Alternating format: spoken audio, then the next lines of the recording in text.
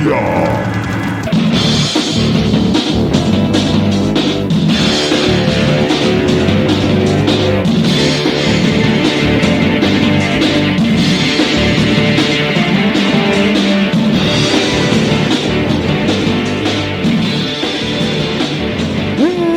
Welcome back, my friends, to the InObscuria podcast, a podcast where we exhume obscure rock and punk and metal, and we put them in one of three categories: the lost, the forgotten, or the should-have-beens. My name, Kevin Williams. That guy over there, on the other side of the table, all the way over there, almost 5 feet. 5 whole feet away from you. Robert Harrison. How you doing? Good, man. How are you this week? How's that garbage disposal working out? All right. Okay. So last week we talked about my garbage disposal, the fact that I had to... This is a podcast about music. Yeah. But also home repair. We are about plumbing now, apparently. Yes. And I have my own plumbing issues, so we could just have a whole... Plumboscuria. Yeah. Anyway, what I said last week, that was all true. Yeah. The last thing I said was, it's still dripping. Right? Mm-hmm. It was the last thing I said, and it's coming out of the bottom of the disposal. Yeah. And you were like... I was going to give you the number for my plumber. You just got to get a new one, man. Yeah. I had a plumber come over. Mm-hmm. How much is that? I'll get to that. I'll get to that. So, guy comes over, he takes a look underneath, and he goes, all right, cut it on. I said, okay, you're going to get squirted, man. Cut it on, cut the water on. He's under the sink for a minute. You want me to cut it off? Yeah, cut it off. He's like, it's bone dry. There's nothing wrong with it. Oh, for fuck's sake. Honest to God, it boils my piss. So like, what do you mean there's nothing wrong with it? I literally had to undo the entire thing, clean it all out, put it back together, and it was still dripping. He's like, yeah, that might just been some residual from... pressure in the lines. Splattering or something. Yeah. So I went 1 week without using my disposal because I thought it was broken. Did you have like a bucket? And I even yelled at my kids because they kept cutting on the water on that side. I'm like, use the other sink. Use the other sink. You're going to kill people in India if you use that side. Exactly. And so there was apparently nothing wrong with the disposal. Apparently what I did was I fixed the problem first time. By taking it apart and putting it back together. Exactly. That's how you fix things. That's 99% of how you fix things. He did take one thing apart. He's like, I might just redo this for you. This little piece here. This, out of pity? Yeah. Yeah. Yeah, he's like, you might not have gotten this one part on exactly right, but you were fine. Call the pity plumber. Yeah. We fix things because we feel sorry for But here's the silver lining. Yeah. They were there to fix my water heater, so I didn't have to pay for it. Oh, there you go. Bundling. See, bundling works. See, that's what happens when you hit 50. You start to use the old noggin on how to save some money. Yeah. That guy. It's the while you're here list. Yeah, exactly. Hey, I know all about those. Hey, while you're here. Yeah. And I even used I talked to the rep, when they booked the appointment. Do they put this in your notes? No, I don't see anything about that. Well, since you're here, it was in the notes. Just come take a look at it. I know. Anytime I get invited to a friend's house for dinner, I'm just waiting for that phrase. Hey, Robert, while you're here. I'm like, son of a bitch. Well, it used to be back in the 90s when you had the big truck. It was, hey, Robert, you want to come over this weekend? Yeah, hey, Robert, you want some pizza and some beer? And help me move. And help me move, yeah. I'm like, dude, I'm 130 pounds soaking. Well, back then I was 140. I was portly. Yeah, you're back in your fat days. My fat day. You and I both had our portly days in our 30s, which is hilarious to think that. I'm trying really hard to get back there right now. Yeah, you're working your way back up the scale? Yeah, man. I'm still sliding, I think. No, I wish. Yeah, I can have all the protein shakes. But yeah, that's good and bad. It sucks that you had to go that long, but I'm glad it was an easy fix, not an $800 stick it to your repair. No. We spent a ton of money with this company. What the hell is that? Hello, dinner's ready. What the hell was that? Oh, well, guess the Wi-Fi's working, Robert. It better. Spend some money on that. All right. So last week you really had nothing for us to tell us. I almost had something to tell you tonight. I almost had something ready for you to push the button. I was going to say, do I need to queue up any buttons here? No, nothing? Tonight was a night of experimenting, and it didn't go 100% as planned. So next week, I promise. I'm not hitting the button. Not hitting the button. Save it. I want to do it right, man. I don't want to half-ass this. We got people depending on me to do something really stupid, and so I've got something stupid. All right. It's going to be good. I promise. All right. You got nothing. Okay. Wow. All right. Well, I've been minding my own business, Kevin. That's what I've been doing this past week. Well, we'll use that. Yeah, we'll use that as an excuse. Right. I only had a wedding and a dinner party. That's all I had this week. Just a wedding and a dinner party. It was a slow week. Okay, man. Well, I'll just say this. I'm sorry, and a tour. Oh, he's adding now. He's and got a tour for a commercial shoot and a commercial shoot. Yeah, you're going to do this again. You're going to let them ruin your house. Well, no. This is a commercial. Movies are different. Movies. Okay. Yeah, that they live here for a week. Commercial come and go in in one day. All right. So they're looking for a firehouse, and I'm like, I got your firehouse. All right. Well, That's it. That's it. That's all I got. Okay. Oh, and no, that's all I got. You son of a bitch. You no good damn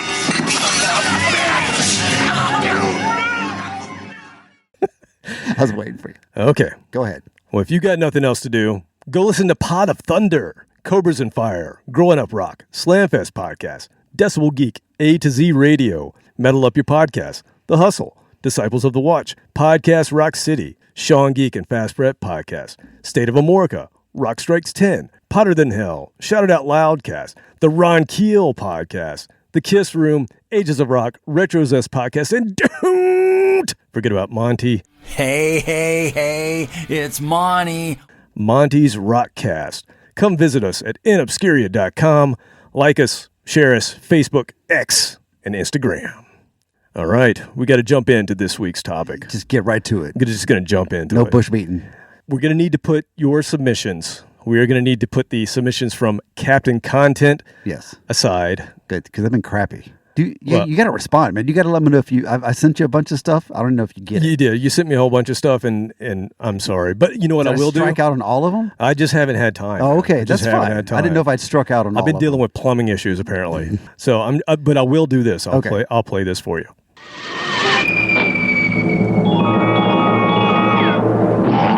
Captain Content. Oh, sweet baby Jesus. Captain Content is super spicy. Oops. What was the super spicy reference? I don't have remember. no idea. It's Kristen Schimbeck, the Mighty K. Who knows what's going on in that head of hers? But I'm glad you played it. The intro seemed weird without any theme music. Yes. It's Yeah. kind of sparse. All right, so this is going to be a special show. It's been a while since we've had to do a memorial show. Yeah. But unfortunately, there has been a significant passing in the world of rock and punk and metal, and we need to recognize that. We've had other memorial shows in the past for Neil Peart, Taylor Hawkins, and Alan White, 3 drummers. This is our first non-drummer because we're talking about an iconic recording engineer who happened to be the best drum sound recorder, I think, ever to live. And this is not the guy you swam in the pool with. This is not Alan Parsons. Right. Or his projects. Or any of his projects. I would have expected Alan Parsons to pass before this guy. Who would have thought Yeah. that he would have outlived this guy? Alan Parsons pushing about 400 pounds when I saw him. least. He was At a big least. man. Yeah. Big man. No, this guy was not only an engineer, he was a guitarist, a singer in his own bands. He was a music journalist, even a food blogger. He was a true innovator in the world of audio recording, but he did it very simply, and we're going to talk about this. Of course, I'm talking about Mr. Steve Albini. So this is episode 129. What the hell did you just say? No, that can't be right. No, we're in the twos. Yeah, that can't be right. 230, 220 something. Looks like a typo to me. Yeah. Episode Typo. 231. What's wrong with you? Oh, we're in the 30s. 230s. 231. Rest in peace, Steve Albini, featuring... We need another person. Yeah, this. We need somebody I don't else. know enough about Mr. Albini. I know Yes. a little bit, but We have... I need some help. Yes, we need someone who represents the region of the country where Steve Albini was from. Can we phone a friend? We're going to phone a friend. We're going to phone somebody where he's from. It was a magical place. I think it still is a magical place, faraway place called Chicagoland. And we need someone who was in the scene in the 90s when Albini's production was soaring. His recordings were impacting the rock and roll world. Specifically, most of us know Nirvana's In Utero. Huge influence on a lot of people from a recording sonic standpoint. Pixies. Yeah, we got a lot of them to talk about. So I think for the second time only, we've only used this once we took a call, but this time, Robert, I need you to get the Emergency Podcaster Secret Syndicate phone. Can you please take it from the sacred cargo shorts and hand it over? You got it? Oh, sorry. All right. Okay. Well, let me make a quick call, and we'll see if we can get this gentleman on the line here. I can't believe this thing's rotary. It keeps people from making long distance I calls guess. on my dime. Cheap ass syndicate. Yeah. All right, let's see. God, this took forever. Okay, here we go. Let's see. Pick up. Please pick up. Please pick up. Please be there. Can have it every way, yeah, yeah. I can't have it. Get out of my way, yeah, fuck you. Oh my God, Chris L., are you there? I am here. Oh my God, we Oh, got okay, the man. good. We actually have a podcast tonight. Good. The Good, man, good, the good. myth, the legend, Chris L. from Pod of Thunder is on the program for the first time ever. Welcome, Chris. Yeah, thanks. Thanks for having me on. Were those your lyrics? Those are my lyrics. Yeah, that's my anthem of narcissism that the world needs today. You know, it's all about me. It's all about you. Everybody's out for themselves, and like I said, that I felt the need to write an anthem for the vibes of the day, and I think I nailed it. So I would say you nailed it. I can't believe that's your ringtone as well. Amazing. well, yeah. I mean, that's an easy way to screen my calls, because who would sit through that and still want to talk to that person on the other end of the line? You had me at fuck you. Yeah, exactly. If you're still on through the fuck you, then you're somebody I probably want to talk to. So Awesome. Well, so I've been on Pod of Thunder, twice at least? Maybe 3 times. I'm losing count now, but I think the first time technically counts as a half appearance because of the song selection, but Oh no. ended up being a good episode. But we should have gamed the system to give you something a little more upbeat or hard hitting. So yeah, that's true. other than the Peter Criss song that reminded me of going to the cemetery to visit my parents, not exactly the Yeah. So Robert's shaking his head over here. Yeah. So just a little background. Mm-hmm. I went on Pod of Thunder after we had become friends, and that's the song they throw out on me. It's a Peter Criss song. And of course, Peter Criss's solo album, not my favorite album from that band. You remember the band he was in, right? Robert, you remember who that was? Arrow Squeeze. No, it was, hold on. What was it? Pod of Thunder did like a whole first season on it. Who was it? Smooch? I know. Kiss. There's your first Kiss connection with a K. Anyway, yeah, so they dropped this bomb on me with this song. I'm sitting in, whose house was that? Andy's? Sitting in Andy's house, and that's what they had me listen to. Oh, this is when you had the Uber ride from hell, yes, wasn't Uber it? ride from hell. The one I wasn't sure I was going to make it back. Yeah, I remember that. But so anyway, they, get my opinion at the end, and I sort of make a little fun of the old Peter Criss song, as one does. And then Chris drops a bomb on me about reminding him of being in the cemetery. I've never felt more like an asshole. You dicks! Like, how do you make up with you can't? Can I joke about that? Was that a funny thing, or that was a serious thing? Nope. Can't come. Just keep your mouth shut. So I do apologize, Chris. Well, I just thought it was your revenge for us subjecting you to that song, and not given the lengths you went to physically show up for the show. We went completely random, and when we should have just handpicked something that would have been a little bit more in your wheelhouse. So I just figured you were getting back at me, and you were totally justified for that. Well, let me, just so everybody who's listening, everybody should know Pod of Thunder, because I don't know if you heard it at the beginning, but we say go listen to Pod of Thunder is the very first podcast we mentioned to go listen. So hopefully everybody who listens to us already listens to you guys. And I will say that we've gotten some amazing friends who listen to our show directly from your show because of the fact that you've always promoted us on your show. And we are very, very thankful for that. Well, we wouldn't be around. I mean, we wouldn't be a show if that not was for your inspiration to say, hey, let's do a podcast. Yeah. So my background with listening to Pod of Thunder, I started off with the first podcast I think I ever listened to was, I don't know, it was a podcast or something like that. I was just looking for Kiss stuff, and I stumbled upon Decibel Geek through the podcast and started listening to them. And then I thought there's got to be some other Kiss podcasts out there, and so I looked at a few more, and I stumbled upon Pod of Thunder. And I'll totally honest here, Chris, the first time I listened to it, I don't remember what episode it was, but you were on a rant that evening. Like, you were just on a tear, not having a good day. And I was like, I'm not sure about this one.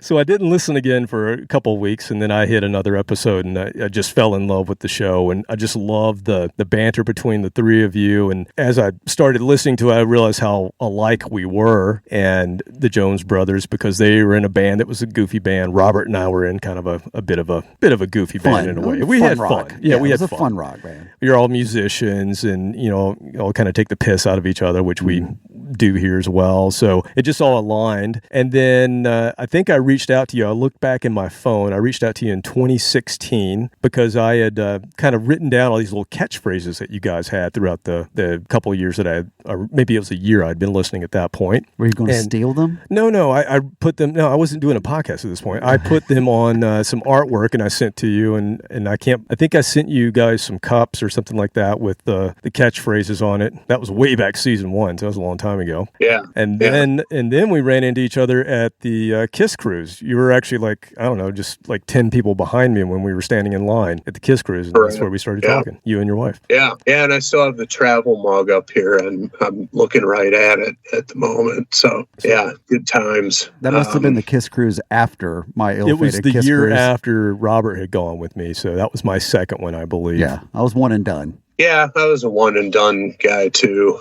I mean, I had a great time and everything, but those cruises aren't cheap, so I had to do some adulting and prioritize my financial expenditures. But I feel like the cruise we were on, at least just judging by the band lineups, had to be the best, if not the best, close to the top, because you got the King's X, Skid Row, Dead Daisies. It was a great lineup.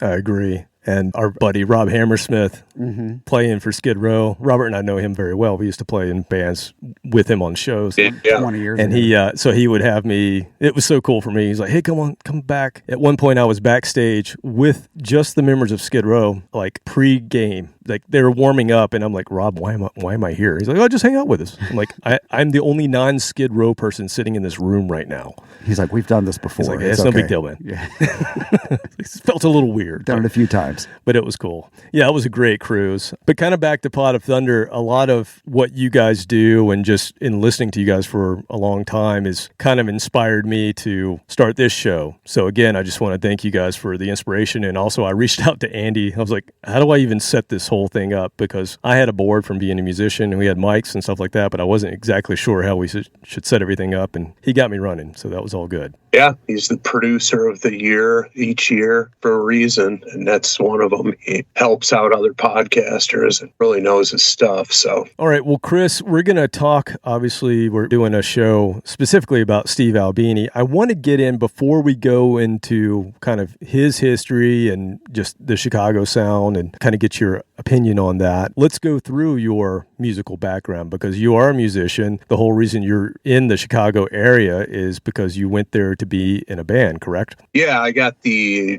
proverbial we're getting the band back together phone call in September of 1991 from the drummer from my college band. And, I was working a regular job and still living, after college, had moved back in with my parents. And so when I got that phone call, I was like, give me the address. I'll be there tomorrow. And, pretty much quit my job that day and told my folks I was taking whatever I could fit in my car and I was leaving. And that was that. And that was all, if I recall correctly, it was the exact same week that both Nevermind and Blood Sugar Sex Magic came out. So, I mean, it didn't happen instantly, obviously, but those two albums to me are the ones that really flipped the music industry, at least the rock music industry, on its head. And, it just, everything kind of synced up, and, it was a real exciting time to roll into Chicago and try to be a rock star, which is basically what I was doing and what a lot of other people were doing. And there was I know a lot of the attention at that time was on Seattle, but there was also a huge scene in Chicago, and there was attention there as well. In fact, it was all about, hey, what's going to be the next city to break? And it was Chicago was supposed to be the second one that was like, and it sort of did. I mean, you had a lot of bands from that area. Did you guys feel like you were part of that scene, or did you just miss out on being part of that scene? I would say, we were involved in that scene in terms of like we were a part of it when a lot of these other bands were being snapped up. I think the Pumpkins and Urge to Overkill were on their way when I arrived in Chicago. But because of that, and there was a buzz in the city, all of us who were in bands pretty much felt like we were going to be the next rock stars, and we conducted ourselves accordingly. We were serious about the music, for sure, but we were also serious about, partying our balls off and having a good time and partaking in all those, the trappings of rock stardom before we had any. So, we all felt that we were good enough to be the next ones. And, it was super exciting because there was legitimate buzz in the city and bands were getting signed and, development deals up to just straight away getting signed to major labels. And, we all thought we were going to be the next ones. So a couple of weeks ago, we had a show focusing on Space Hog, and you sent me a message saying it was the Mean Reds, I'm assuming, that were on tour, that you guys actually played with them. Was that the Mean Reds? Yeah. Okay. Yeah. And we've played the Mean Reds twice on the show before. Right. Giving you a little love here, but I was just wondering, I know you guys did a tour. I think you just did the one tour, right? Well, we strung together out of town dates pretty frequently. Right. And that was something that we were serious about the music and being successful. So we had this entertainment lawyer who was working for us, and he had a lot of connections. And it was through him that we landed that gig at CBGB. And it was actually, the date of the gig was December 1st, but at midnight it became my birthday. My birthday is December 2nd. So I was pretty much, if I remember the timing, I was on stage at CBGB when it became my birthday, or pretty close to it. So that was pretty cool. That is way cool. And you guys were one of several bands, or the only band opening for Space Hog? No, so here's how they ran the gigs at CBGB. Maybe that's how they did it in New York. See, in Chicago, if you were the quote-unquote headliner, you played last, right? Mm-hmm. Okay. So we knew that Space Hog was on the bill, and we just assumed that they were the headliner, and they were. And there were 7 bands on the bill. Oh, good God. Okay. Damn. Yeah, just they move them in and out, all music all night long. So was it? Sorry to interrupt, but I've played New York a couple times, and it was always you had to use the house drum kit. Was it the same way at CB's? No. Everybody had their own stuff, okay, which will factor into the rest of my story here. So 7 bands on the bill. Space Hog is the headliner. And our entertainment lawyer, the day of the show, he called us and said, yeah, you guys are playing 6th. So we automatically assumed that, okay, we're the last band before Space Hog. The place is going to be jammed. This is it. We're gonna make it after this, Turns out at CBGB, they put the headliner on in the middle. So Space Hog played 4th, and then this other band came on and played 5th, and the place was emptying out, okay, which was kind of, disheartening. But so the 5th band got done with their set, and you guys know this drill. There are 2 types of bands, like I know where you're local going. bands, unsigned bands. You know where I'm going with this. Once they're done with their set, there's one type of band that gets their shit off stage right away because that's the right thing to do. The other type of band is the ones who stand around basking in the glory of their set. Never mind that there are other bands waiting to come on. And, like I said, the place was emptying out after Space Hog. And these guys were of the second type of band, and they were basking in the glory. You dicks! And I went directly to one of the guys in the band, and I just went right up to him and said, get your fucking shit off stage now, or there's going to be a problem. And, they finally moved their stuff off stage. We got up there, did our set. But, I mean, compared to how many people were there for Space Hog, I would say maybe 10% were left in the venue when we did our thing. Still cool to play there, of course, but... Yeah. First time I played New York, we played a pretty famous place called Arlene's Grocery.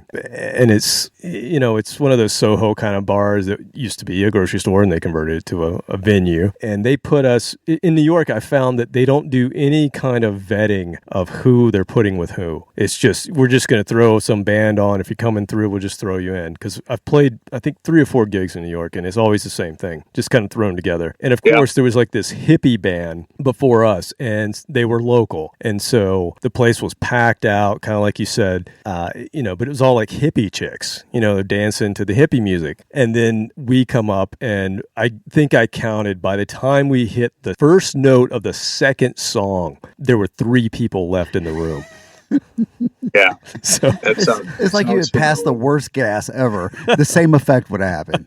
Yeah, that's a tough thing to be up there playing, and you're out there, you're watching this happen from the stage. It's kind of hard to keep your mood up to give a good set when it feels like you're the reason why you're emptying the room. So it's a tough spot to be in for sure. It is. Those are the breaks. Yeah. Anything else from your gig days that worth mentioning? Any connections? I know we're going to talk about one here in a minute to Albini. Any other connections to kind of that scene, that Chicago scene? Well, my first job that I got when I arrived in Chicago was I became a sales dude at the Guitar Center on Clark Street, which was right next to the Alley, which was like a alternative clothing store, blah, blah, blah. And right down the street from there was a Dunkin' Donuts at the corner of Belmont and Clark, which was called the Punkin' Donuts. It was like a hangout for kids in the punk scene. So it's actually a pretty cool area, just south of Wrigley Field. But it was kind of a magnet for a lot of people in the scene. And I sold gear to all of the people in the Smashing Pumpkins who weren't the drummer. So, Corrigan, Darcy, James Eha, I sold him the TV Yellow SG he plays in the Cherub Rock video. That's cool. So, yeah, no, that's a cool story. I don't want to, it's a long story, so I won't get into it, but I did sell him that guitar, and he became a regular customer of mine. Apparently his wife has a tea house or something like coffee shop tea house that he hangs out at and just sits in the corner, and people kind of leave him alone. They just know he's sitting in his wife's tea shop. Yeah, Corrigan does. I think it's up in Highland. I think it's up in Highland Park where Ravinia is, and where that 4th of July shooting happened a couple of years ago. But I'm pretty sure that's where it is. But yeah, that's Corrigan's place. I got to see his other job a month or so ago. He owns a wrestling company. Did you know this, Chris? Yeah. He owns a wrestling company? I did know that, yeah. I didn't know that then, but I know that. We drove to South Alabama, like the further south you can go in Alabama, deep South Alabama, to watch wrestling. And it was Billy Corgan. He came out and just talked to the audience like we're just hanging out with him. He's like, hey, yeah, we're going to You think he was scared shitless? I'd be scared shitless in South Alabama at a wrestling event. Everybody loved him. When they announced, they're like, hey, in a minute, Billy's going to come out. Everybody's like, yeah.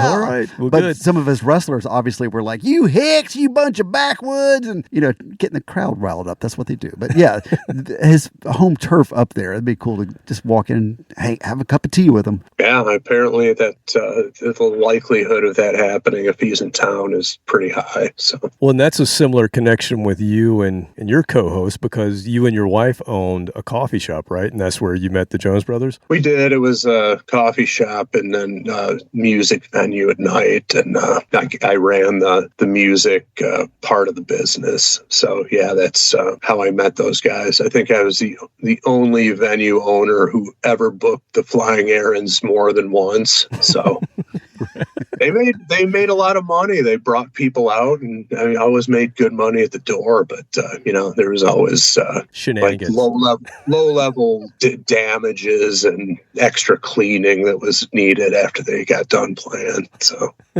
Yeah, we would have done well. Robert and I were in a band called Big Jack Pneumatic, and we were kind of jackasses as well. We would have done really well playing with those guys. That would have been a good fit. That would have been a good tour. I think so. I totally think so, yeah. All right, well, let's get into the Albini episode here. So the way that we've done all of our R.I.P. episodes in the past is we obviously focus on the more obscure recordings and collaborations that the artist was involved in, or in this case, the engineer. So I'm going to just give a few Albini, just a little history lesson here from my deep research that I've done of like 2 websites. Hazard a guess to how many albums he's engineered in his career. 11.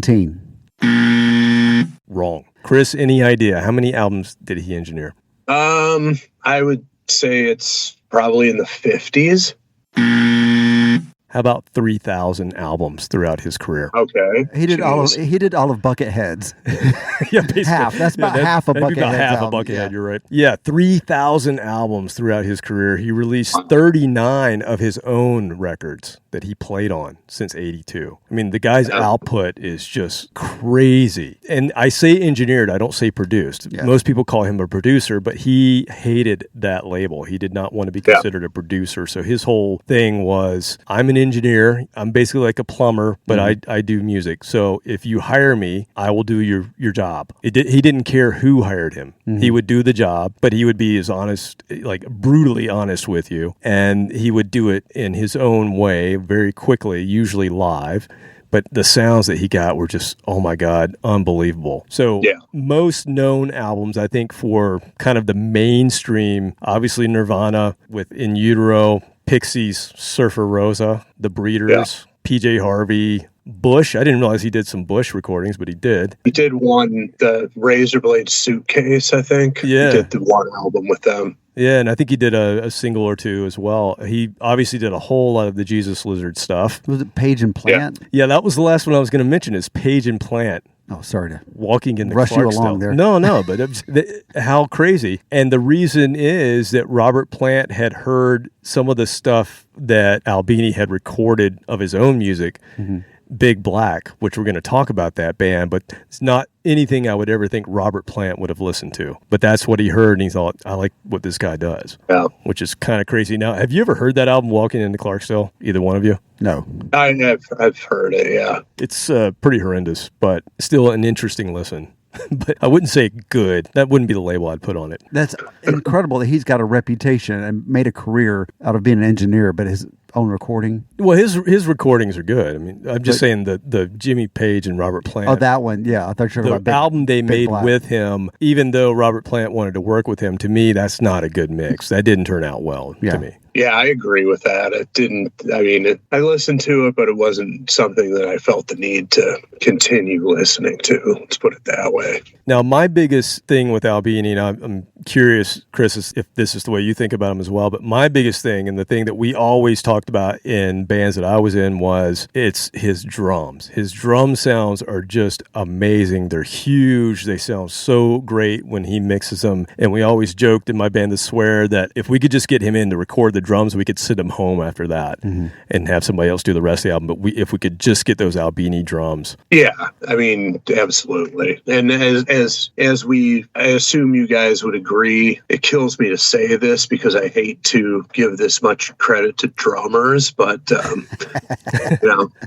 if your drummer sucks, your whole band sucks. That is the most true statement anyone has ever made. You are right. Amen. Well, it's simply a fact. As much as I'm gagging on the words as they're coming out of my mouth, but and the same is true for drum sound. If the drum sound on your album sucks, your album is going to suck. It's just not going to have the impact, and it's not going to, draw people in the way it should. Okay. So drummers and drum sounds are everything to the final quality. And yeah, absolutely. The drum sounds he achieved are as good as any that have ever been achieved in the history of rock music. Metallica is the one exception to that rule. What the hell you say? Drum sounded like they crap. could have used some Albini, man. They could have, but they still did. They did okay. Yeah, right. They got there's different levels of suck, and there's other certain if everything else is at a level of quality that can override that, then sure. But they also had pretty good success with an album that they intentionally punched out all of the bass simply to haze the new bass player, which is next level shit. I never thought about that.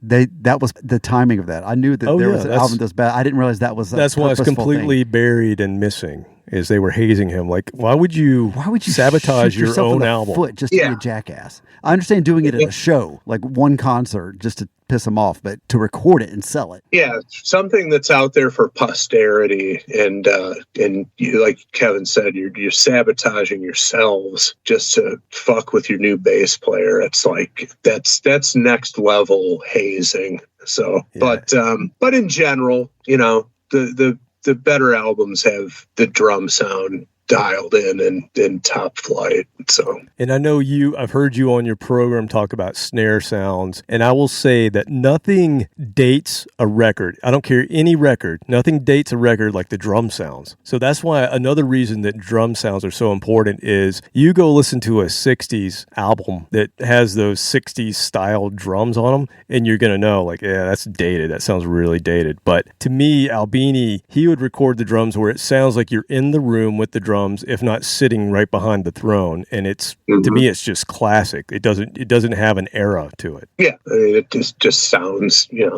like musicians playing, which is what I would think you would want a recording to sound like. Now, did you know, because Chris, I know this is your background as well, did you know that he has a degree in journalism from Northwestern? I did know that, yes. And he wrote for local fanzines for a long time before he moved to Chicago. And then when he moved to Chicago, he became part of the punk scene. So he couldn't decide if he wanted to be a writer or a musician. He chose musician when he got there. Yeah, no, I'm looking at my journalism degree up here above my desk, and similar backgrounds. I mean, I started out in music criticism, and then when I started getting serious about playing, I was like, well, I can't really feel good about doing both, so I'd rather create the stuff versus criticize it and pick it apart.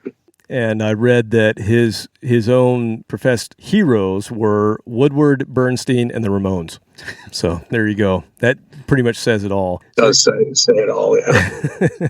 So we talked about him. He did not like the term record producer. He just wanted to be known as a recording engineer. I mentioned earlier he was blunt. He had opinions, a lot of opinions, a very opinionated guy. I would go a little bit further than blunt. Yeah. That's being very nice. Yeah. He's kind of an asshole. Let's just say he could be seen as kind of an asshole. He was just, he didn't hold back when it came to talking about people that he worked with that paid him. Mm-hmm. But he also made it well known that that's just who he is. Because he took a flat fee. He wasn't a producer because he said he wasn't, but he wasn't one of those guys that says, I'm going to take points or I'm going to take a percentage of your cut from here to eternity. He just got a flat fee. He got paid for his work, and that was it. And I don't know if that was the best business decision, though, because he left a lot of money on the table. And he went broke a couple of times, according to his own interview. Yeah, that Nirvana situation, he left a lot on the table.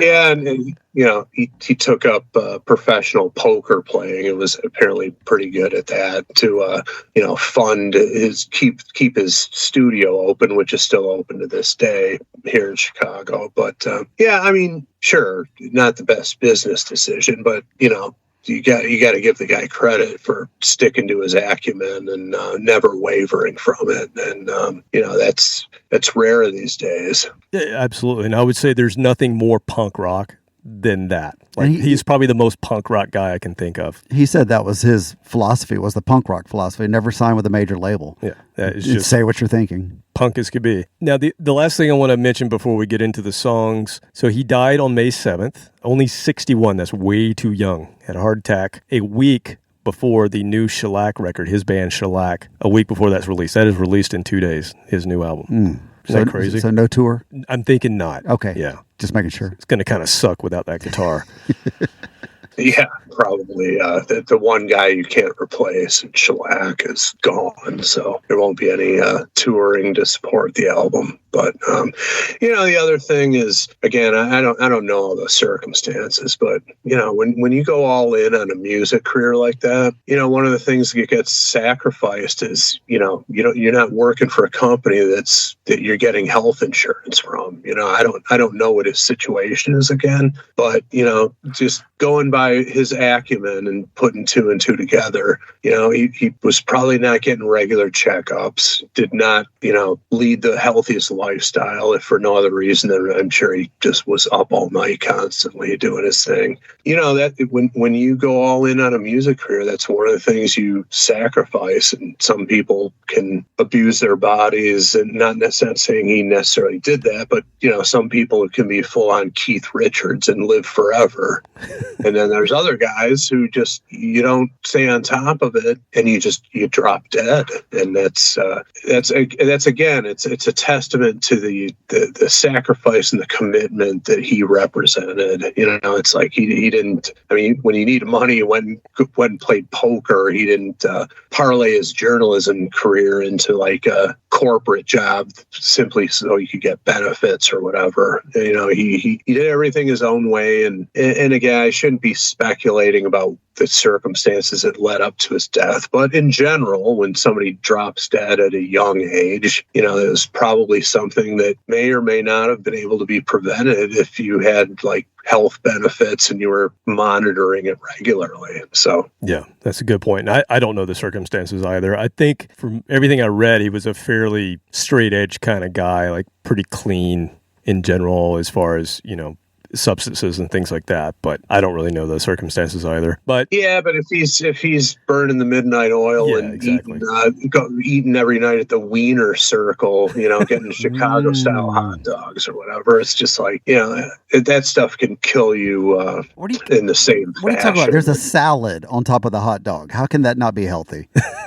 Well, once you get through the salad, there's shit that will kill you. Okay. It's delicious. Don't get me wrong. I've never had an actual Chicago. I've seen pictures. I will say I tried to hang in Chicago and eat in the food from Chicago as deep dish as a pizza, tourist, and I'm like, oh my God, dog. I can't do this. This is horrible. Not horrible tasting, but horrible for me. Oh yeah. It's that who knows if that contributed to it, but in general, just dropping dead suddenly like that at an early age, it could have been a dysfunction with his heart, a congenital thing, who knows, but could have been hereditary. It all goes back to your family, so who knows. Yeah. Well, let's get into some of the music today, and we were going to start with a band that I believe you played with, I'm assuming in the Mean Red. So was this a band that you guys played shows with? Give me the background here. Yeah, so this band is called Bodhisattva, which I would always bag on them. I would accuse them of being a Steely Dan tribute band with the band name like that. But so the one of the guitar players worked with me at Guitar Center, and because he worked there, that's how they all met through the store. And 5-piece band, 2 guitars, bass, drums, vocals. But yeah, the band essentially came together through like people coming in through the store and meeting each other, and they put a band together and ended up coming out great. And they were, when it was time to record their first full length, they were able to hire Albini, which, back in the day was, or maybe even all the way through, it was basically, he'll work with you if you could afford his fee, which was not exorbitant by any means, considering who he was. And if he thought you were a good band. I mean, he did have certain standards that he adhered to. I think he probably compromised them to work with Bush because he had bills to pay, who knows. But he wouldn't just work with anybody. For example, like our band, I think both times you featured the Mean Reds, both times Robert has commented that the singer sounded like Sammy Hagar, which is a great compliment, but I don't think a singer sounding like Sammy Hagar would be something that would resonate with Albini to the point where he'd be like, yeah, I want to work with those guys. So I don't, even if we could have afforded his fee, I don't think he would have necessarily produced us, but he was all about working with these guys because, as you'll hear, they were more in his wheelhouse of what he was doing. And, like I said, they could pay his fee, and he liked the band, and he recorded their whole CD. And I am so glad you sent me the entire thing because I've already listened to it like 3 times. They were killer, man. It was a good band. Great band. So, really, really great band. Still in touch with the singer. Sadly, passed away suddenly, like 3 or 4 years ago, which is a shame because, as having heard the album, and your listeners will understand, a very unique style. But I'm in touch with both guitar players. I'm still in touch with, friends of mine to this day. And we were definitely a peer band of theirs, and supported them, and they supported us. We shared bills with them, and it was just a fun time to be doing it in Chicago. Well, let's listen to the song that you suggested I play, and I think it's a great one. It's called Broken, and this came out in 93, so I'm assuming they either recorded that year or in 92, which, my God, that's the time to be with Albini. That's when he was getting huge. A lot of press. Yeah, absolutely.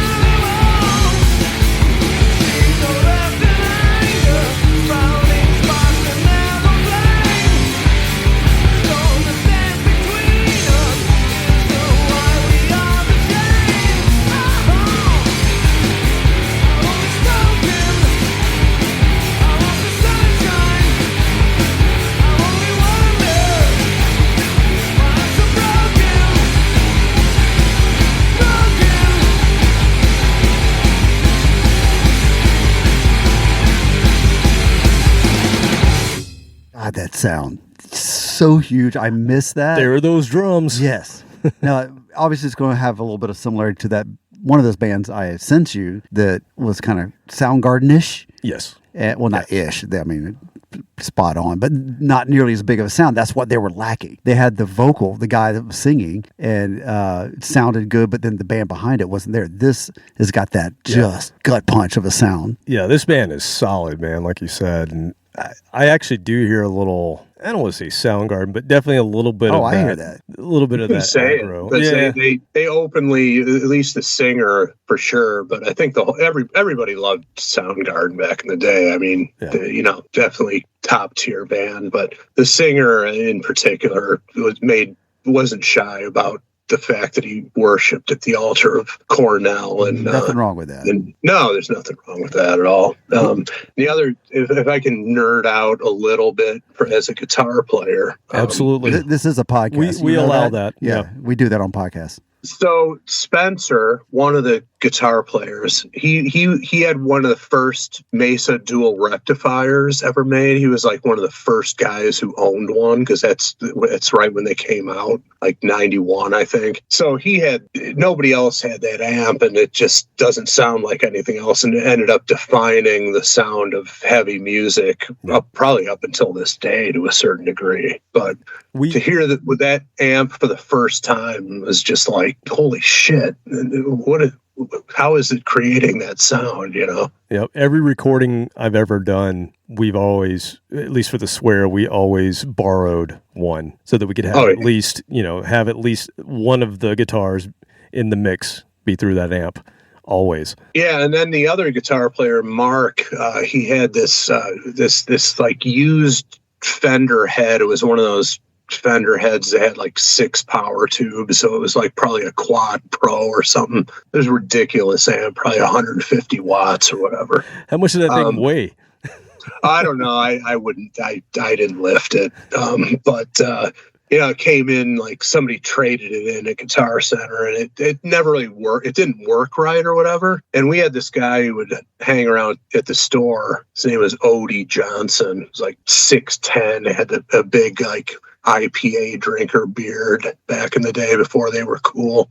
But he was like this mad scientist with tube amps. He actually did one of mine back in the day, but Mark ended up buying that amp and turning it over to Odie. And I don't know what he did to it, but when that thing came back to Mark, it was the most wicked sounding amp in the whole city. So when you had those two amps going at the same time and seeing these guys live, it was just ridiculous. That's my little guitar nerd detour there, but it was a big part of the sound. I mean, the guitar sound was as unique as, the drum sound they ended up getting in the studio, and I think he captured that perfectly. And I think that's going to lead perfectly into the second song we're going to play, because I want to play some of Albini's music and talk about somebody with an odd guitar sound. Steve Albini had this like clanky metallic sound. Mm-hmm. I know it doesn't make sense until you listen to it, but it was just bizarre sound that he had in his guitar. And one of the things that he did was he played with these guitar picks. They weren't just metal guitar picks. They were notched with like sheet metal clips. And so he get like this kind of dual picking effect because it was like this layered pick that he used, but it was metal. And so he get this really gnarly sound with that. And then his guitars that he used, we'll talk about a little bit later. At one point he had I forget what the guitar is called, you probably know, Chris, but he had a metal neck as well on his guitar. Yeah, Travis Bean was the guitars that he used. And they were like the early Kramers where the neck was made of aluminum. And I'm sure that contributed in some way to that whole sonic picture. We're going to hear from his band Big Black, and I don't think he had that guitar yet on this album, but he definitely was playing with those metal picks to get that weird sound. And that's not an unusual thing. I think Billy Gibbons does the same thing, and I think Brian May plays with a coin of some sort, right? So other artists have done it, but it's something about the way he attacks his guitar. It just sounds metal. Yeah. So Big Black were a punk band. And I'll admit the reason that I bought this album that we're about to hear a song from, the only reason I bought it was in the 90s. I saw the cover and the title, and I just thought that's cool because the name of the album is Songs About Fucking. And I just thought that was cool in 1990 when I bought this. You were hoping it was educational. I did, yeah. You're like, maybe I can learn something. I did. I learned a lot by listening to it, but unfortunately I was still alone. Yeah. My parents gave me the book, Where Did I Come From? And just turned me loose. Songs About Fucking sounds a little more enticing to me. Direct and to the point. Yeah, exactly. I mean, I definitely got the message from the book, but it was Not, it wasn't called Songs About Fucking. Let's put it that way. You can't top that title. The book was slightly better than an IKEA direction for putting together furniture. It was like slip tab A into slot B. A little bit. Yeah, it was better than that, but not as good as Songs About Fucking. So the funny thing about this album is it's a punk band, but it sounds a little closer to Nine Inch Nails' early industrial. So it's more of a punk meets industrial before that was really a thing. And they used a drum machine who they always credited in their albums as Roland. And it wasn't a Roland, it was an Emu drumulator, I believe is what they call them. But it was an early drum machine, basically. And they used this. The reason I think that's funny is we're talking about the guy who got the best live drum sounds. That's what I was referring to earlier, was that he's known for his, incredible recording skills, but yet his own band was like, what the hell is that? But Big Black was with the drum machine. But I think that's just what they were going for. It's just this metallic sound. So I'm going to play from this album a song called Bad Penny. And this is their second full length. They only had the 2 albums and they had a couple of EPs. But this is the album that Robert Plant heard that made him a fan and want to use Albini. Unbelievable. Later in the 90s. But this came out in 1987. So get your head wrapped around that year and these sounds.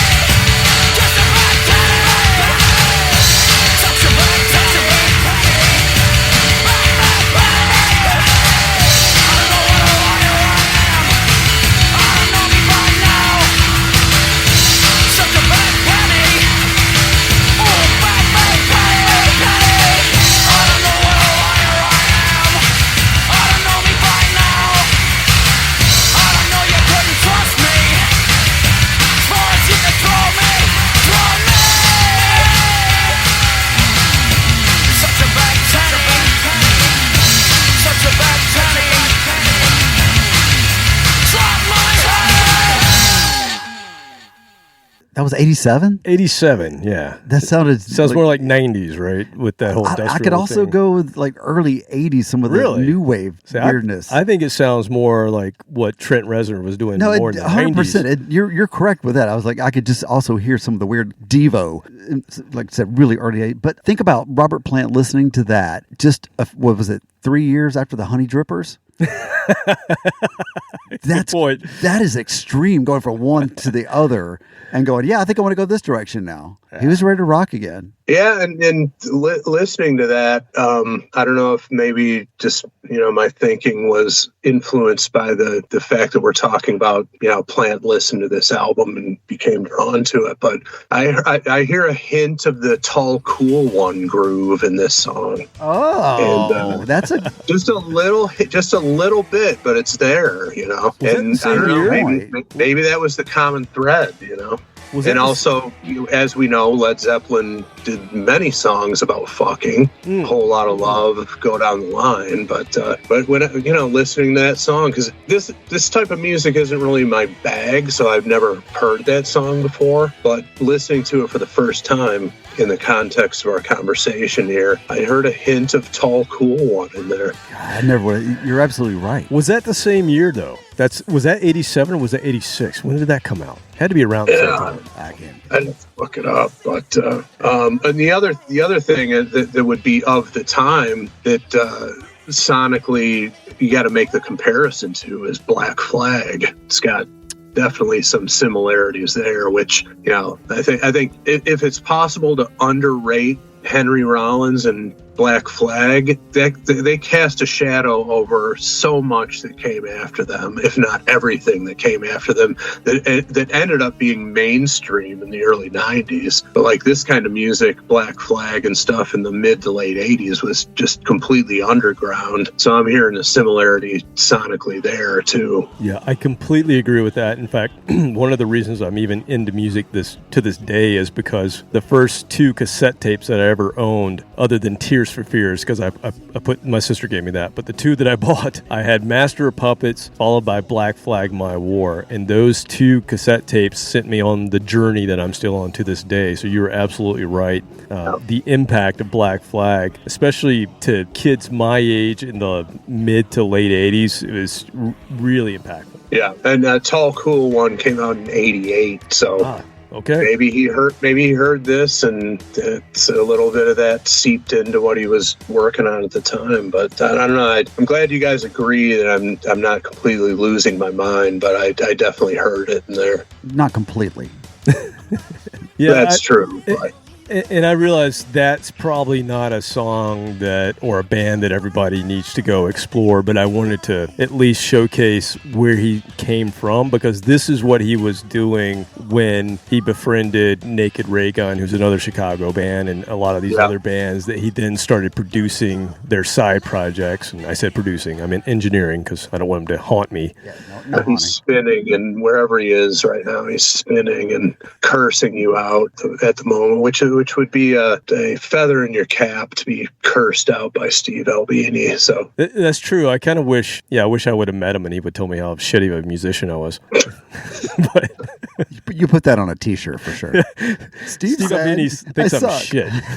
It's like, before you tear me a new one, can I hit record on my phone here just so I have proof that this actually happened? Exactly. Okay, so you mentioned a band earlier that we're going to play next, another Chicago band. So it goes like this. Albini had a close relationship with this band, and I'm talking about Urge Overkill. So in the late 80s, we think of Urge Overkill, we sort of think of they're that band that did that cover song on Pulp Fiction. That's where a lot of people know them from. Girl, You'll Be a Woman Soon. That's where a lot of people got introduced. They were actually a band a long time before that. Obviously, that was in the 90s. But in the 80s, Albini was rooming with some of the guys in the band, and he was engineering some of their singles and their debut album, Jesus Urge Superstar. But apparently he was not that big of a fan of what they became. So he liked them when they were more underground in that Chicago scene. But once they got signed to a major and they released what I consider a brilliant album in Saturation. But Albini had this to say when they went that route. He said, they sound like Oingo Boingo, wieners in suits playing frat party rock, trying to tap a goofy trend that doesn't even exist. Damn. These are his friends. His insults are the best. Those are amazing insults. Wieners when you have an absolute asshole like Albini and you combine that with writing talent, he will devastate anyone that he chooses to. So, what's your opinion, Chris, of Urge Overkill? All right, so Urge Overkill was definitely so all these bands that we know, that you guys know, or that most people know, that came out of Chicago. So you got Urge Overkill, you've got Smashing Pumpkins. Those are probably the 2 big ones. Don't forget Chicago. What the hell did you just say? Well, yeah, Chicago. Good one. Good pull. Yeah, good pull. They never they didn't play the same circuit as us, meaning the crown jewel of Chicago is the Metro. So, of course, they played there. But, like, the shit kicker gigs that you would take in the middle of the week to build yourself up, they were never on that circuit. They were just on the fast track from day one. So we never really crossed paths with them. But I'm with you, Kevin. When Saturation came out, just sonically, it was way more in my wheelhouse. It was way more accessible. It was like big power pop rock type thing, which I don't know why he would have such an aversion to it, because he ended up re-recording In Color with Cheap Trick, and it was a big Cheap Trick fan. It must have been just some kind of personal thing that he just went at them the way he did, because, whatever they decided to do with the image and the sound, it worked for them. It put them on the map and gave them a career. And I was a huge fan of Saturation versus like the more indie sounding previous stuff. Yeah, that's why I'm glad we're going to go back to that indie sounding previous stuff and let you hear it. Yeah, I think Saturation's brilliant. I mean, absolutely brilliant album. I don't think they came close to that on anything else, although I do like their other albums. It's just that is the crowning jewel in their collection to me. Yeah, no question about it. But we are going to go back because I want to play something that Albini obviously recorded. And this is from 1987 as well. So same time he's putting out Big Black, he's rooming with the guys in Urge Overkill. I'm not sure if it was a few or one, but he had connections to them and he produced this single. And this song, Robert, is selected specifically for you. I'm not going to tell you the name of it. I'm honored. But I will say it's one of your favorite songs of all time. This is a cover. It's one of your favorite songs of all time. So I'm just going to let it roll. I better guess it then.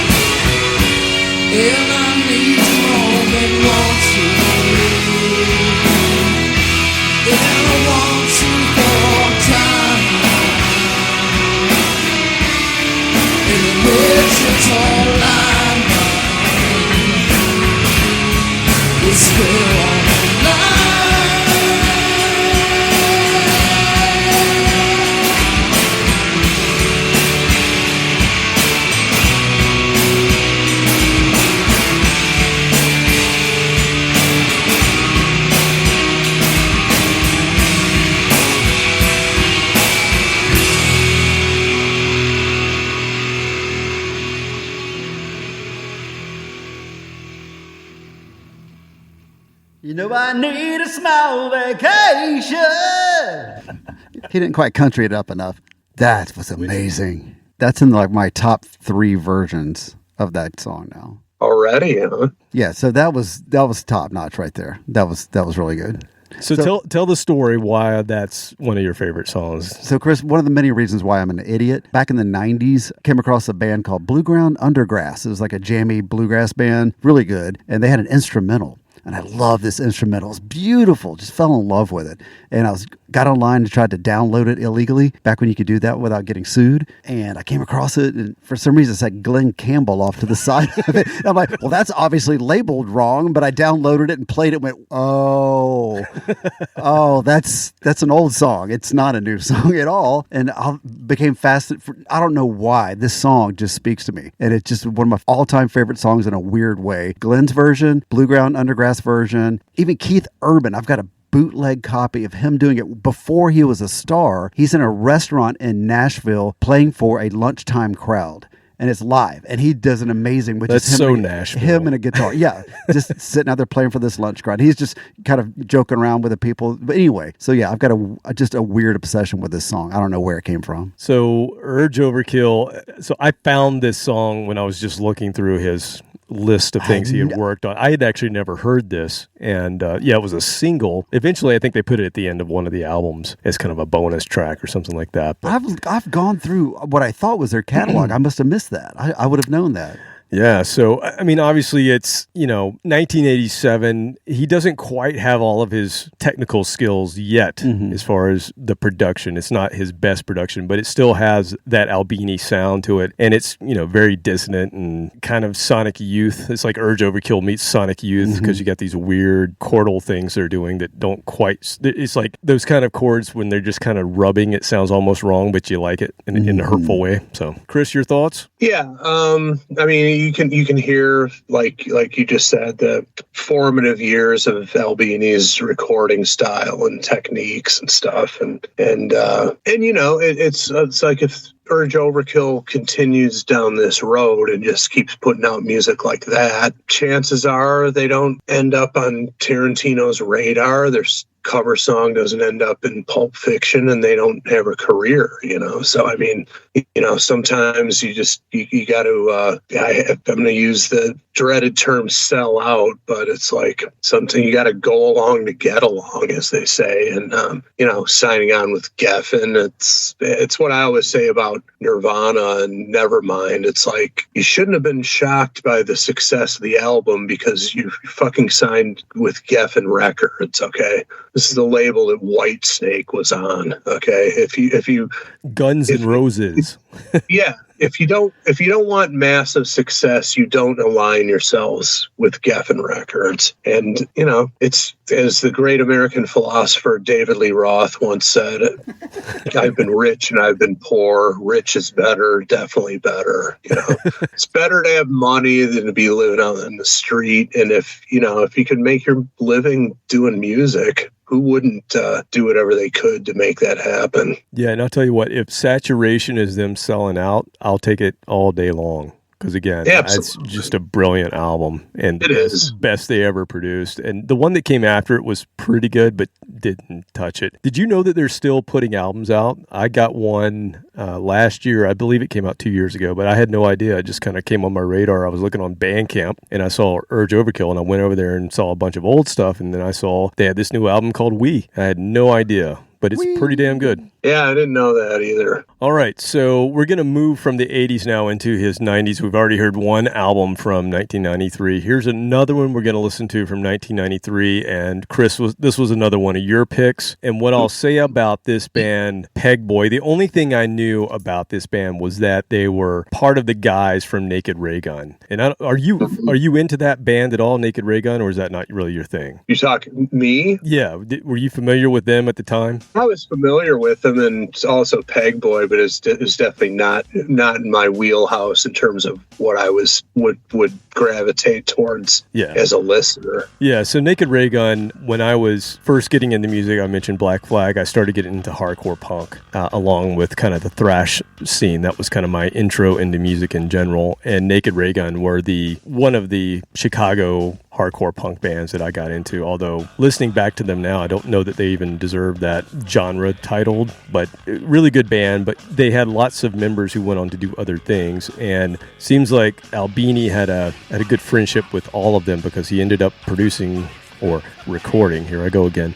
recording almost all of their output for their side projects, Pegboy being one of them. And at one point, I believe on this album, Steve Albini actually plays bass. They had lost their bass player, and so I'm just going to go on a little bit of a tangent because Albini plays bass on this song we're about to play, and he produced, God, there I go again, he recorded this album. You have to edit all those out. I'm going to have to edit all that out, because he's going to come back and haunt my ass.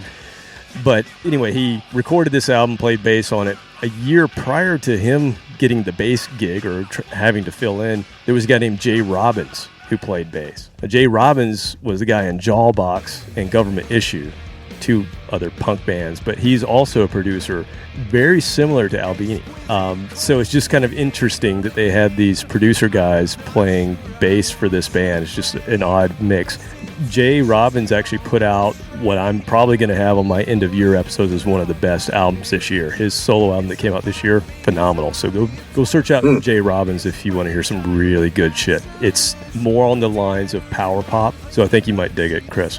Okay. But that was a little bit of a tangent. Getting back to Pegboy, what are your memories or what is your knowledge of Pegboy? First of all, I always feel good about the rare occasions when I can mention something that Kevin's never heard of, because I'm like, he's forgotten more about music than I will ever know. But tell me what this is like, because I've never experienced that. Yeah, I kind of knew I was going to be able to pull that off with the Bodhisattva stuff, because sadly, nobody outside of Chicago on a grand scale ever heard of them. They were just like a local band that should have made it but didn't, but therefore perfect for this show. But then when we were trying to round out the list of songs for here, first thing I put out was Jesus Lizard, which of course Kevin had heard of. And circling back to Bodhisattva real quick, Spencer, one of the guitar players in that band, took guitar lessons from Dwayne Dennison. So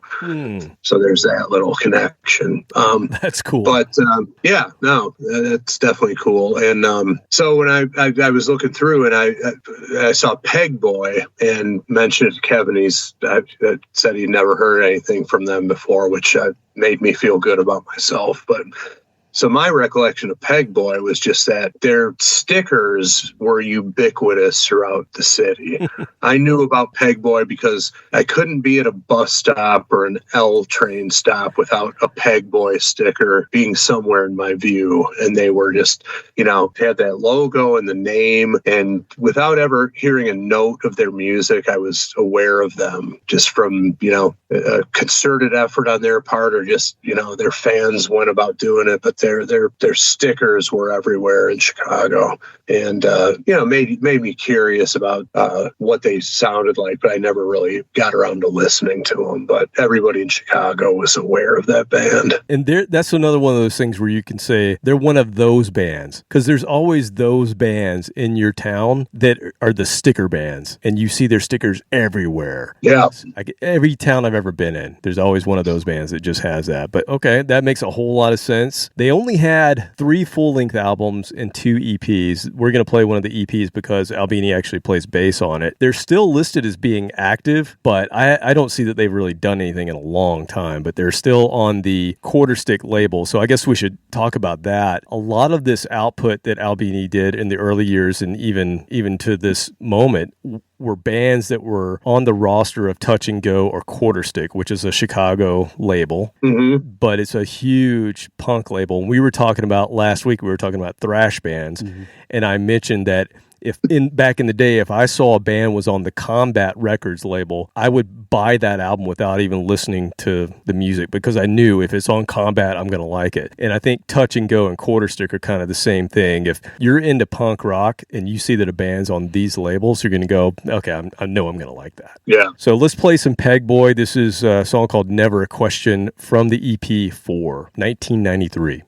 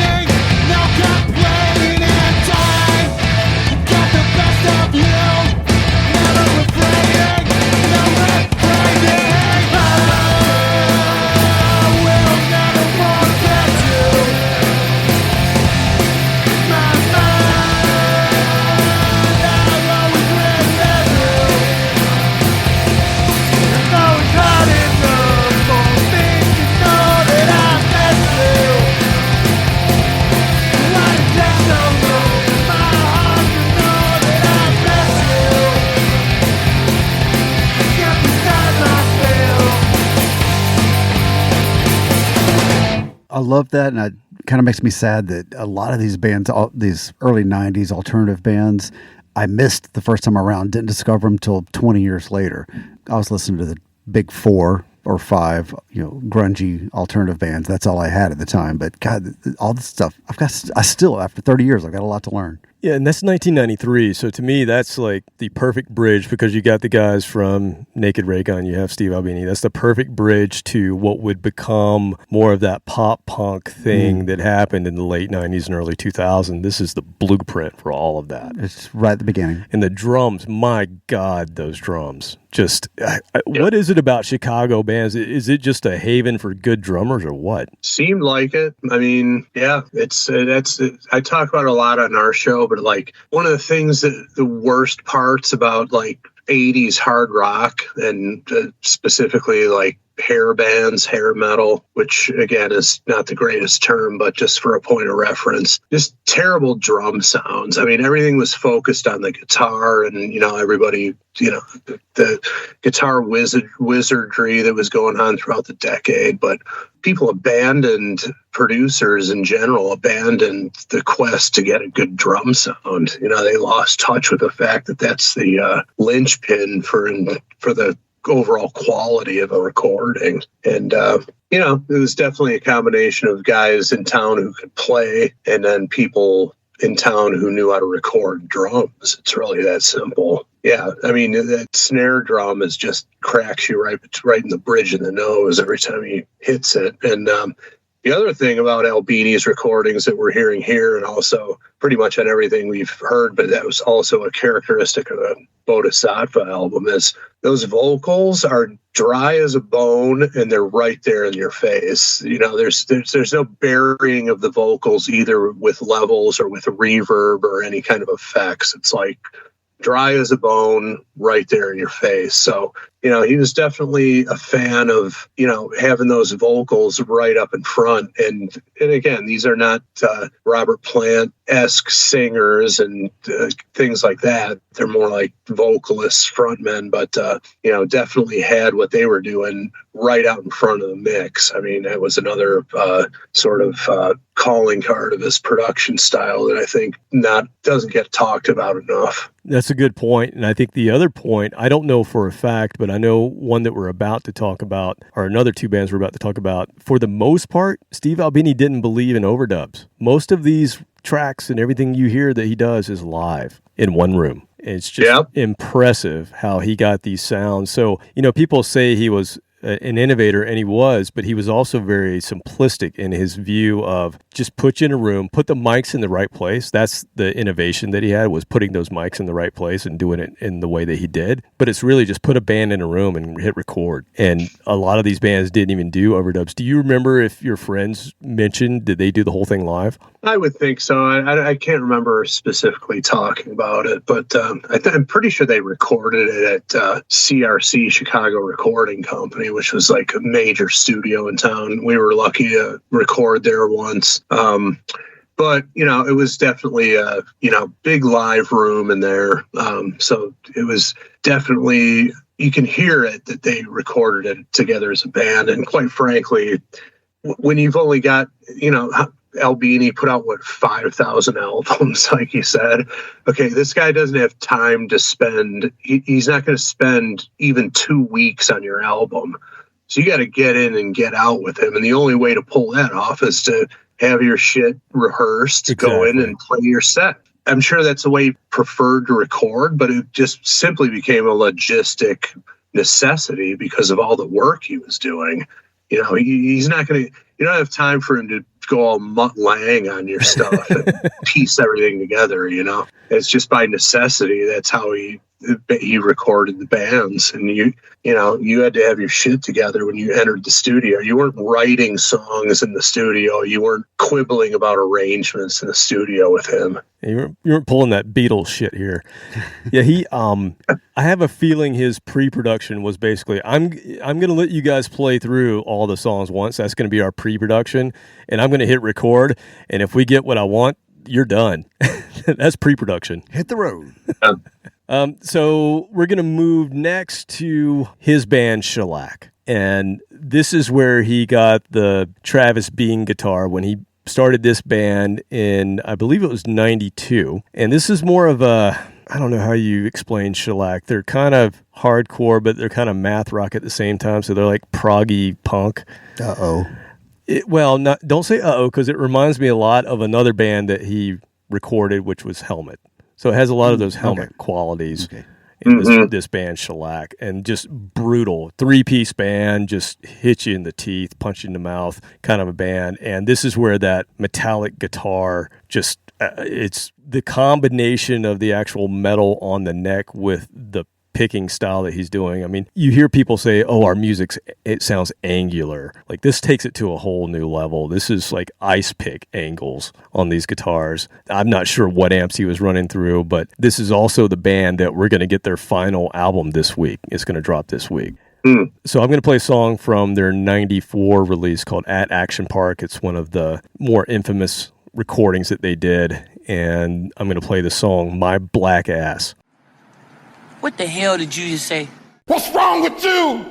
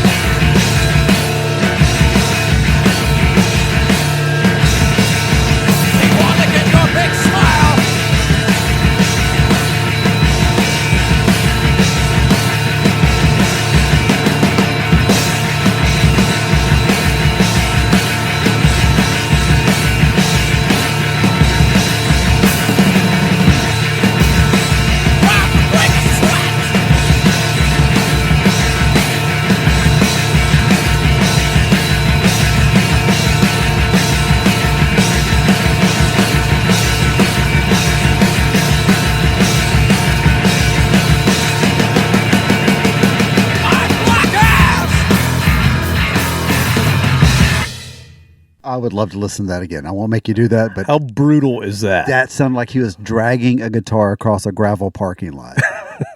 And then you've got elements of Rage Against the Machine coming in there. Yeah. Absolutely sound like Tom Morello and Zach. Yeah, I never even thought about it. I was always kind of pictured them more like Helmet, but you're right. It does have a little Rage sound to it. Yeah, it's not a soothing listen. Okay, these are not.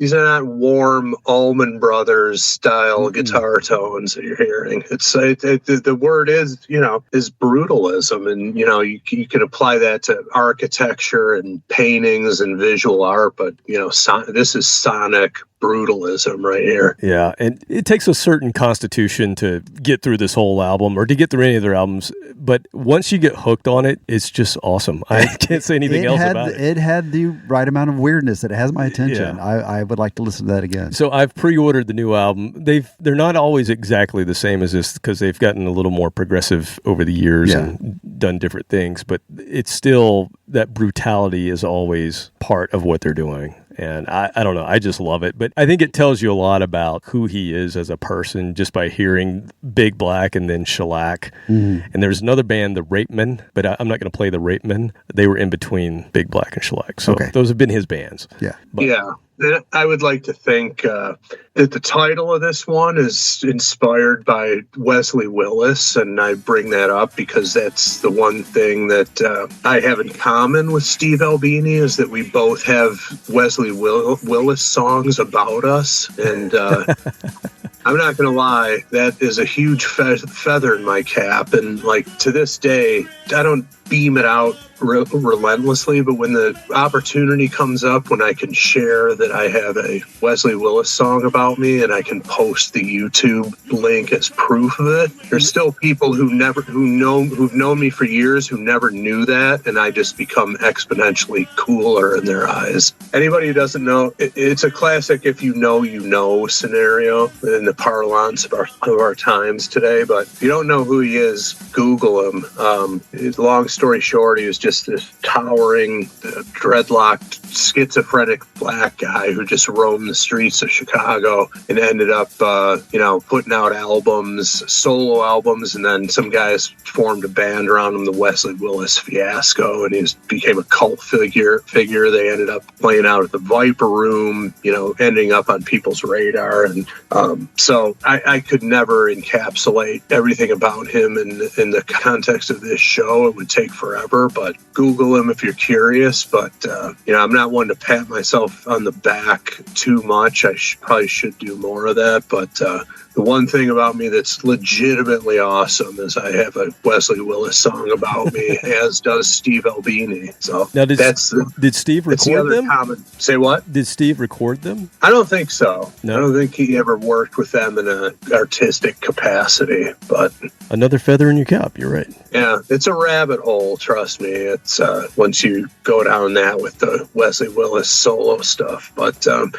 Definitely another iconic figure of the early Chicago scene. And he had songs. The reason why I speculate that this title of this song and the lyrics might have been inspired by him is he had song titles like Whip the Mule's Ass, Whip Batman's Ass.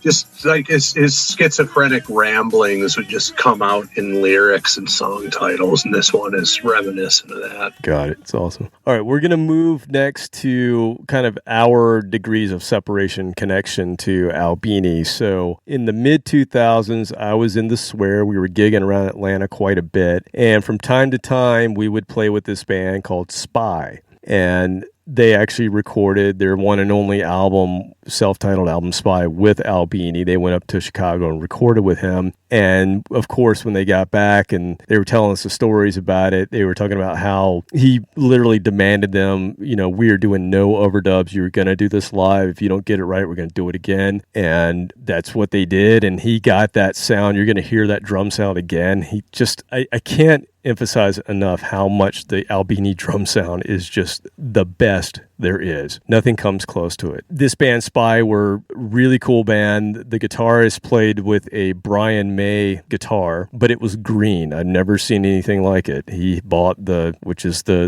it called? The Red Special, I think. Yeah, the Red Special, but it was green. It was like a wood grain green. It was a beautiful guitar. Yeah. And he could get, all of those, not Brian May sounding, but he could get all those different sounds by using all of those different switches and everything that's on that guitar. So it was really cool. And then the lead singer, the thing I remember most, other than their album and the guitarist playing that amazing guitar, is the lead singer. They used to dress sort of kind of retro 60s, the crushed velvet pants and the blousy shirts and all that. That was kind of shirts? The pirate shirts. Yeah. That was kind of the thing, open chest and all that stuff. They're, good looking dudes wearing the cool like Beatles boots from the 60s, but they would wear these tight crushed velvet pants. And I remember one gig where they were very active on stage, and the lead singer goes up and does like a David Lee Roth split off the drum riser, and just you could actually hear over the band rip the entire ass out of the pants, like first or second song.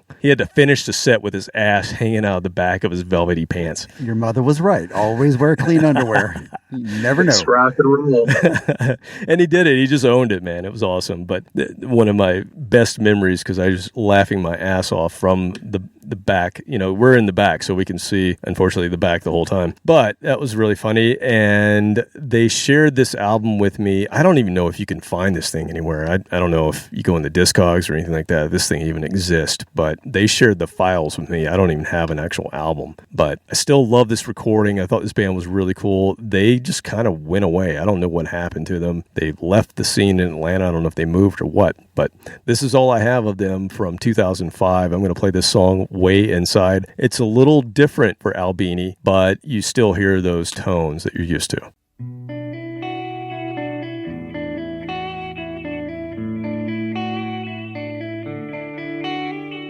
You lost your way inside. You lost your way home. You like to say you tried. You want to be alone.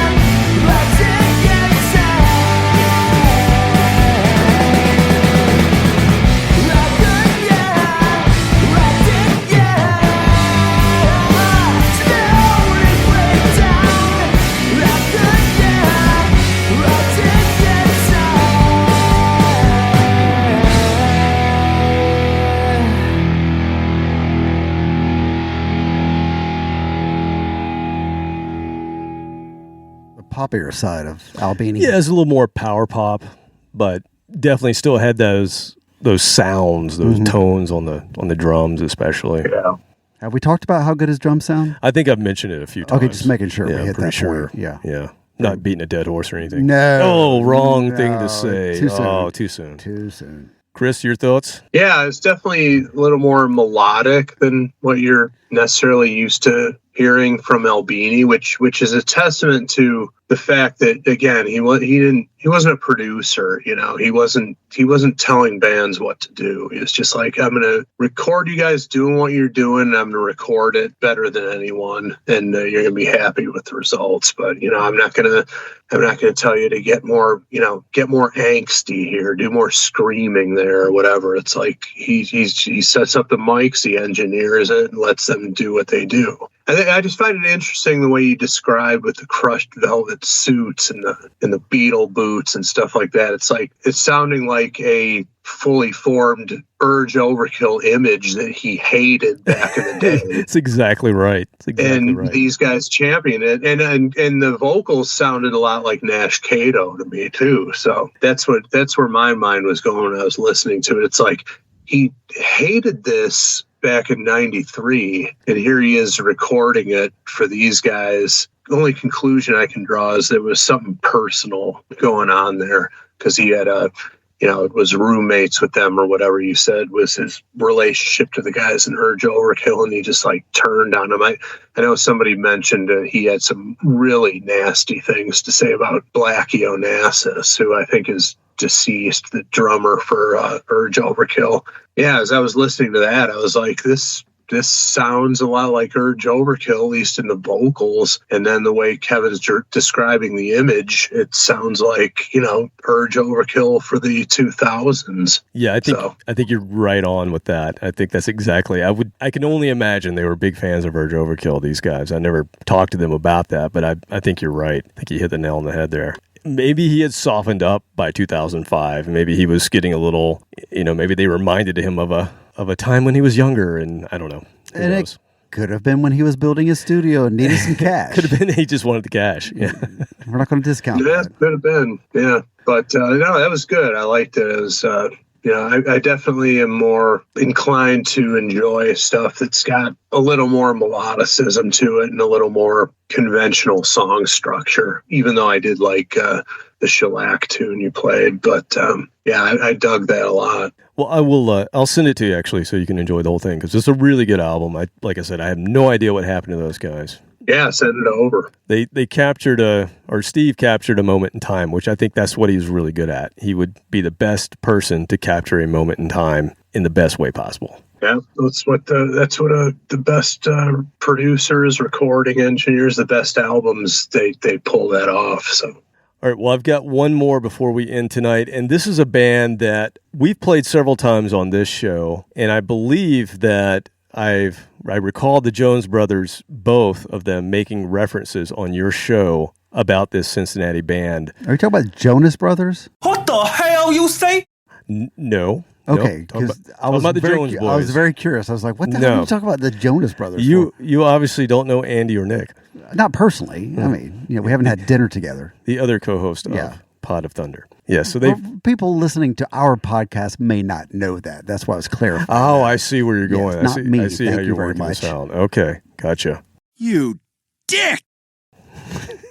No, so the band I'm talking about, Foxy Shazam. Are you familiar, Chris? I know they've mentioned them before. Yeah, I know the name, and I want to say that there's one particular show, I think maybe in Indianapolis, where they ended up, the Flying Errands is the name of the Jones Brothers band. They ended up on the same bill. It might be Indianapolis. I might be wrong about that, but it was definitely, I want to say it was out of town from Chicago, but I might be wrong about that too. But I think, long story short, they ended up on the same bill as these guys. And I think in the spirit of what you talked about earlier, where booking agents didn't really put any thought into putting like bands together. So it was a bit of a mismatch. And apparently the thing I remember them talking about is the Foxy Brown crew was not big fans of the Flying Errands contingent, just the people or the music. I'm pretty sure that's accurate, how those guys described it. That's interesting. I mean, Foxy Shazam are, they have their own thing. They're kind of interesting as well. So I would have thought that would have been a good match, but who knows? They're a Cincinnati band, and when they came to their 5th album in 2014, they decided to record with Steve Albini. They also wanted to make it a little more challenging. I've never heard of a band doing this. They let the guitarist and the bass player switch just for this album. So they switched instruments for the entire recording. I mean, we've done that for a show. Yeah, well, I mean, not for a recording, though. I mean, sure, they both can play each other's instruments, but I've never heard of a band consciously making the decision, okay, for this album, you two guys are going to switch. It's bizarre to me. That's strange. But that's what they did, and they actually turned out a really good album. It's one of my favorite albums they did, so maybe they should do that again. I saw this band on this tour for this album called Gonzo that came out in 2014, and they remind me of almost like a Queen Jr., because Eric Nally comes across like a reincarnated Freddie in a way. But they have some weirdness to them as well, so it's not straightforward rock always. They have horns, they have keys, they just sound unique. We'll let you hear what it sounds like. But another band to me that was interesting that they went with Steve Albini, just like he does with a lot of the bands, he recorded this in a single room in Chicago, no overdubs. Well, no, I take that back. There was one overdub used during the entire record, and that's because the horn player had to overdub a second horn part. Set a record. Exactly. So here are those drum sounds again. And what I was trying to do is make sure we play something from the different decades. And so here's something from 2014 that Albini touched, and you can tell his fingerprints are all over it. So here's Foxy Shazam. This is a song called Shoebox.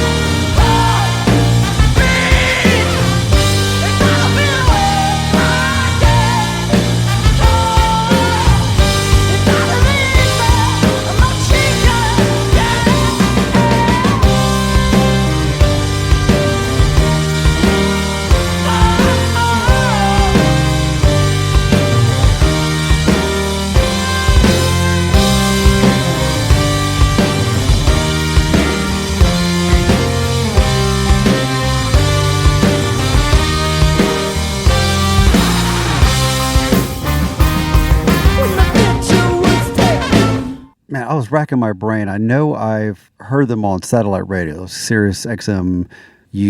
What are the college rock wannabe stations? XMU, yeah. Mm-hmm. But God, I can't remember which single that was they put out back then. But they came out around the same time as like Alabama Shakes, and there was like this period of hope that, oh my God, there's like some really good like retro R&B sounding music coming about, but it was a little short lived, unfortunately. Yeah, but we've also played them on the show several times. What the hell did you just say? I know that. I'm just saying, they're hit. Do you? Are you sure? I don't remember their hit. Is what I was saying. So anyway, I can't remember the one that I heard on Sirius. I know we've played them here. Got it. Jackass. You dick! It's getting late. I'm getting punchy now. My black ass. Chris, what'd you think about that? It's good. I'm not sure I've ever heard anything by them before. I know the horns, it kind of adds a ska element to it, which I know the Jones guys are big fans of that. They were big fans of the band Tub Ring. I think they might have either shared gigs with them or aspired to do that. So yeah, it was not what you expect from an Albini production, but then again, as we've talked about, he doesn't really inject himself into what they're doing creatively. He just tries to get them to sound as good as they possibly can. And so the other band that they reminded me of, and I'm hoping I can stump Kevin with this one. This might be one that I know of and he hasn't, but back in like 2014 when this album came out, I saw the Rival Sons play at the Crowfoot in Pontiac, Michigan, and the opening band was called the Soft White 60s. You ever heard of them? I have not heard of them. This track in particular, I don't know if it's indicative of Foxy Shazam music as a whole, but it reminded me of those guys. They didn't have horns, but the arrangement of the songs and the vocals sounded pretty similar to that. So if you're of the mind to seek out their album, it was called Get Right, and the name of the band is the Soft White 60s. Pretty good stuff. Really good band, too. I have a funny feeling that Robert's going to be hearing them on a future episode. All right, I won't remember. That's awesome. Yeah, I'll definitely check that out. I've never heard them. And I would say this is pretty indicative of what Foxy Shazam sounds like. Usually, it's kind of upbeat rock. It never goes into ska territory, but I know exactly what you mean by the addition of the horns. They kind of have ska sounding horns. It's not like they're doing Motown or soul kind of horns. It's more of a ska vibe they're giving. Yep. Well, man, that is what I have tonight for our rest in peace Steve Albini. Hopefully we've opened the ear holes to several people of things that he had done. I mean, obviously, if you want to go dig really far into what he's done, you have 3,000 recordings to sift through. And please be my guest and go, in order and let me know how that goes for you. But this guy was an amazing engineer, obviously a talented individual, and will be missed. I hate that I'll never hear that drum sound again. I said it again, Robert. Sorry, but I'm taking notes. He's not haunting my ass. The drums are impressive. Yeah, I mean, a legend, legit legend, will be remembered forever. And, whatever your musical preferences are, you got to admire the guy for sticking to his guns, having an acumen and sticking to it. And at the end of the day, just being damn good at what he did. And, like he said, he's like, I know how to aim microphones and mix things together, and that's what I do, And he did it as good as, if not better than anybody else I can think of. Agreed. So, Chris, I just want to thank you for coming onto the program. We've been meaning to have you, and I want to have your co-host on as well, but we've been meaning to have you on for a long time, so I really, really appreciate you coming on. And again, I'll say it one more time, there would be no InObscuria without Pod of Thunder. So if you're listening to our show and you don't listen to Pod of Thunder, you must go over and start listening to Pod of Thunder, because it is the birth of our show, in a way. Yeah, I appreciate that. I mean, you guys do a great job. It's, anybody who asks me, I tell them it's the best podcast out there, just because you guys, like I said, you've forgotten more about music than I'll ever remember. So that's why I'm like, feel really good about myself when I can mention a band to Kevin that he's never heard of, because it's such a thing as unfathomable. But it's good to hear that. I appreciate that compliment, and then I appreciate the opportunity to come on in this context, if for no other reason than to give a little extra exposure to one of the pure bands from back in the day that, along with my band, just fit the criteria of your show, which is obscure stuff that should have been huge and for whatever reason wasn't. But it was good to think back to those days, because like I said, it was an incredibly exciting time to be a rock musician in Chicago, because every one of us thought we were going to be next. So like the whole town was teeming with wannabe rock stars like us, who conducted ourselves accordingly in our lifestyles. And you're paying for it now. No, I'm just kidding. In some ways, yes. You're not wrong there. I think you turned out all right. Unfortunately, it didn't work out with the Mean Reds or with any of the other musical endeavors as far as making it huge. But look at how huge you are now. I mean, you have, who's that you got on your Rolodex there? He's on like every other show. You've got what you called a what did you call him? A B level. I think it was lower than that. It was a senior D-list celebrity. Yeah. Of course, I'm talking about Chris Jericho, who Robert and I experienced on the Kiss cruise. Too bad you weren't on that one. He put on a show for everybody, even when he wasn't on stage. When he wasn't supposed to be. A terrific guy, just a genuine, just like regular guy like us. When we shoot texts back and forth, and when he's on the show, it's like, like we're the three of us are talking together right now. It's the same thing, only sometimes you have to stop and think. It's like, oh, this guy's a legendary wrestler, multimillionaire, worldwide celebrity, but you would never know it just interacting with him and talking about music, because at the end of the day, he's a musician and a music nerd like the rest of us. And well deserved that he's come onto your show a lot, because obviously you guys do an amazing show. I want to play out a Mean Red song. So we have played your cover of The Who's Relay. We've played Black Sadie, or Sadie, as your singer said. Right. What's another song that you want us to play out with? Well, if you have the song A Little Truth, I think I've sent that to you. I think you sent me everything, so I'm pretty sure. Yeah, because that was from a 3-song demo we recorded at CRC. That was my time recording there, and we didn't record with Albini, but we recorded with this other guy who was an engineer who was looking to round out his roster, and he got us in there for free after hours, which was amazing, because huge albums have been recorded there. Recently closed down, which was a sad thing, but the song A Little Truth is what I would say is the closest we came to that drum sound that we've been talking about for this whole show. I think because that was what drums were sounding like in the mid-90s, which is a good thing. And this guy that we recorded with was able to capture that. And it's one of the reasons why it's probably the recording of the Mean Reds that I'm most proud of. Awesome. We're going to end with that. That'll be our play-out song. That's all we have this week, people. Until next week, thank you again, Chris. See ya. Later.